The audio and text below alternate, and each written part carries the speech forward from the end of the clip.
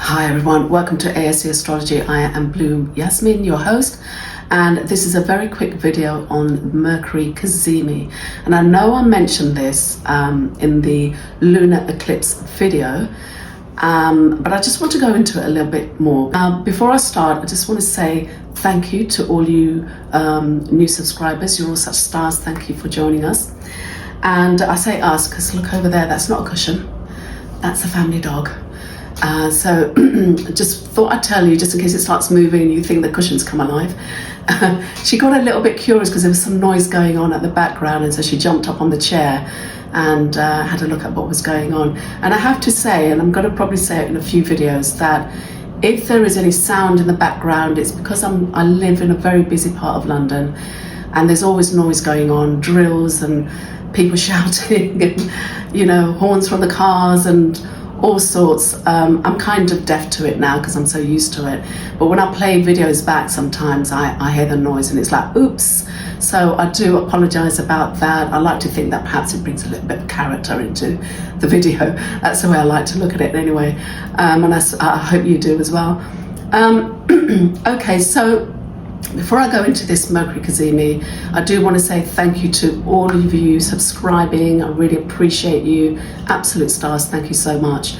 I am going to be doing some moon videos that are coming up. The first video is going to be a deep dive into the moon, and then throughout September I'm going to be releasing moon signs. So I'm going to do it in categories. For instance, I'm going to do moon earth, or earth mooners, however you want to put it, where it will be the video for Taurus, Capricorn and Virgo, and then I'll be doing, so I'm going to do the elements with the moon. So moon water, and that's going to be for you, all you Pisces moons, Scorpio moons and Cancer moons, and so on and so forth. So that's going to be through September. And then I'm going to do moon phases, but the pièce de résistance is going to be at the end of September, where I'm going to be releasing a video on Venus retrograde in Scorpio. Everyone must know about this Venus retrograde in Scorpio. It is the most unique in our lifetime. It's something that will never happen again. It will never happen again in your lifetime, in my lifetime, in our children's lifetime, in our children's lifetime. It will not be happening for generations. This is the last journey it's going to make for many, many years, where Venus is going to be retrograding in Scorpio, and it is then going to bring a different sparkle to that five-pointed star that Venus makes as it proceeds into Libra in the future. And it going into Scorpio, this is a very, very deep journey, and it's the deepest journey that Venus is going to make, because Scorpio is the underground. And so it is a journey she's going to make, but it's a journey that we're going to make. Remember that Venus is within us. So tune into that. That's coming at the end of September. That's going to be a real biggie, and it's going to be something that I just want everyone to know about and everyone to delve into and for everyone to understand. Okay, enough said. Let's get on to Mercury Cazimi. Mercury Cazimi. Now, this Cazimi is really, really important. Any Cazimi is important for any planet. And Cazimi basically means when a planet comes in conjunction to the sun and it comes into the heart of the sun. And that's basically what it means. Cazimi means heart of the sun.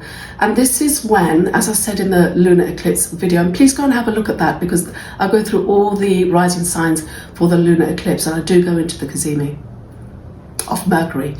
And so it is when the planet Cazimis with the sun, and it is bathed in that holy, pure light of the sun. And we say that at the point of Cazimi, it is when the planet is kind of put to death. It's burnt away, it's sizzled away, but when it comes out of the Cazimi, it's reborn and it's reincarnated, and it is born with just this new life and this new zest and new vibrancy.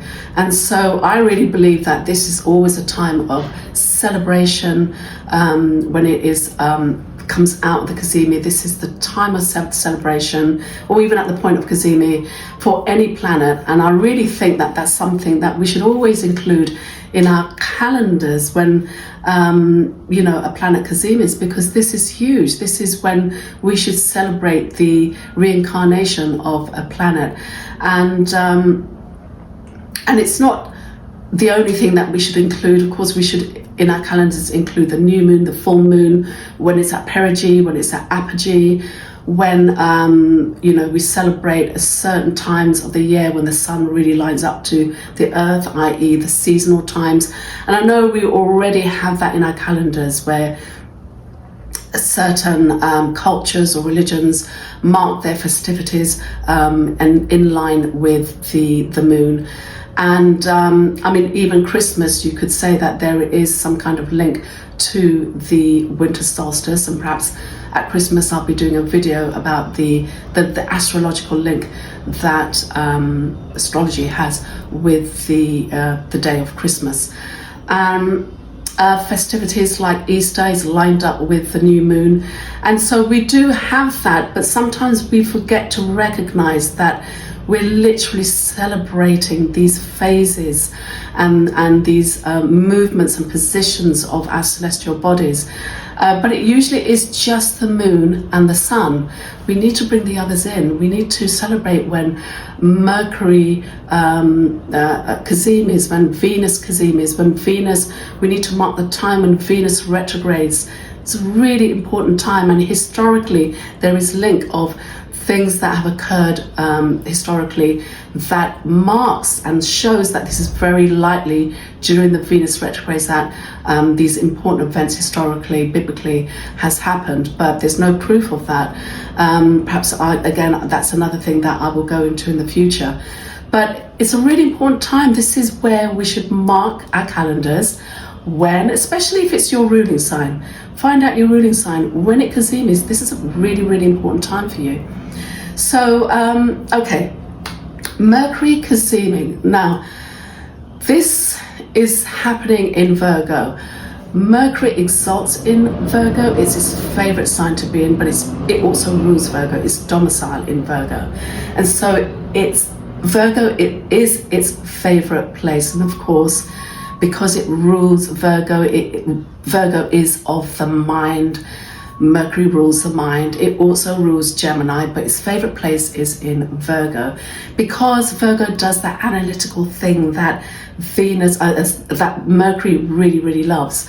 Mercury loves anything that stimulates the mind, and Gemini is very, very good at that. But Gemini can be quite scattered in its thoughts and in its curiosity, whereas Virgo fixes onto something and delves right into it meticulously, and Mercury absolutely loves that. Now, although it does exalt, this is going to feel quite difficult for Mercury, because it's going to be squaring with Uranus at some point in its early degrees. It's going to be in opposition of the moon during the lunar eclipse. So, and as it goes into Virgo,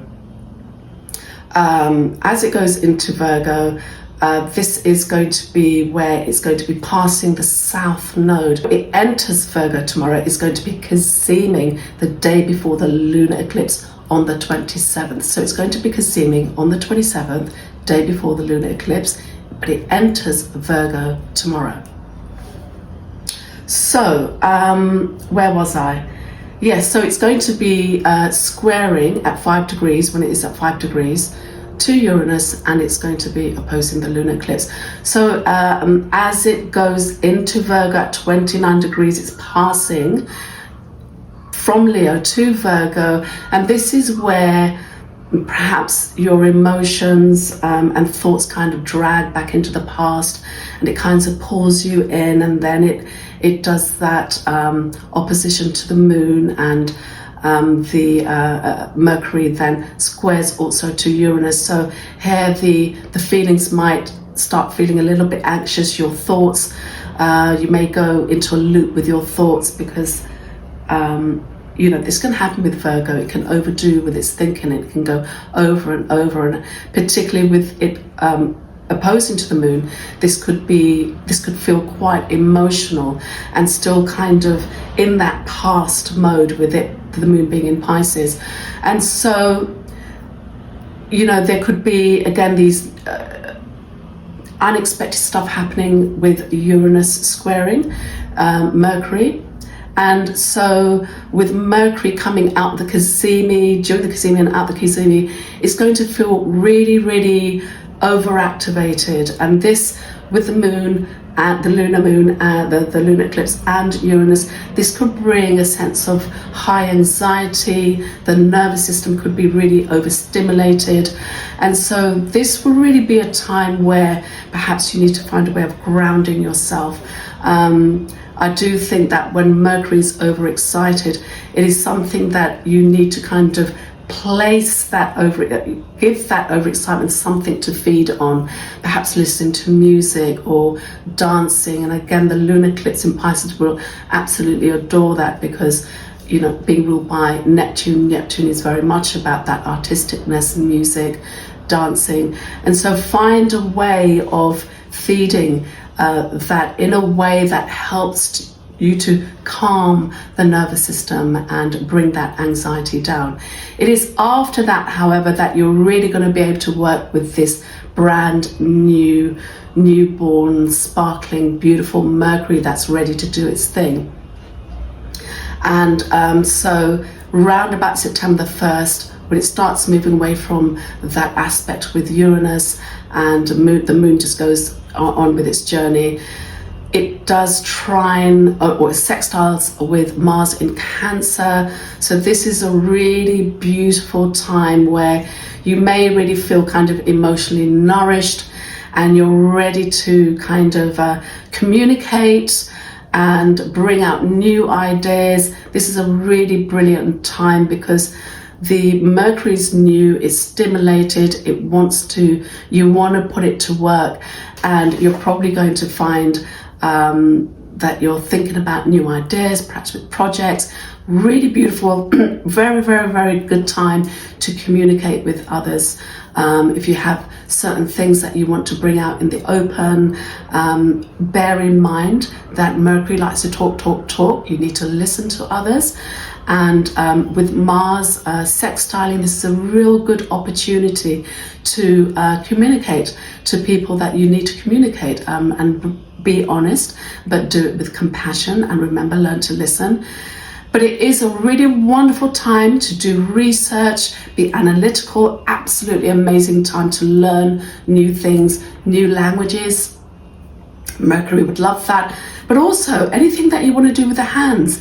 If you've been thinking about, say, doing pottery or learning the drums, this is very mercurial because it rules the fingers, it rules the hands, it rules the upper limbs and the shoulders, and it also rules the lungs. Perhaps a time to perhaps do some diving, if you've ever thought about doing some deep diving or swimming. Again, this is Mars in Cancer, the water sign.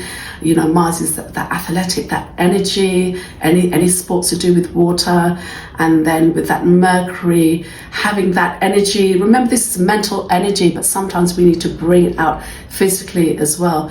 So anything that you've been thinking about that means using your hands or your arms, brilliant time to start, brilliant time to bring in new projects, brilliant time to research and be analytical and go in deep diving meticulously, but just bear in mind, don't overdo it. Remember, Virgo is about analysis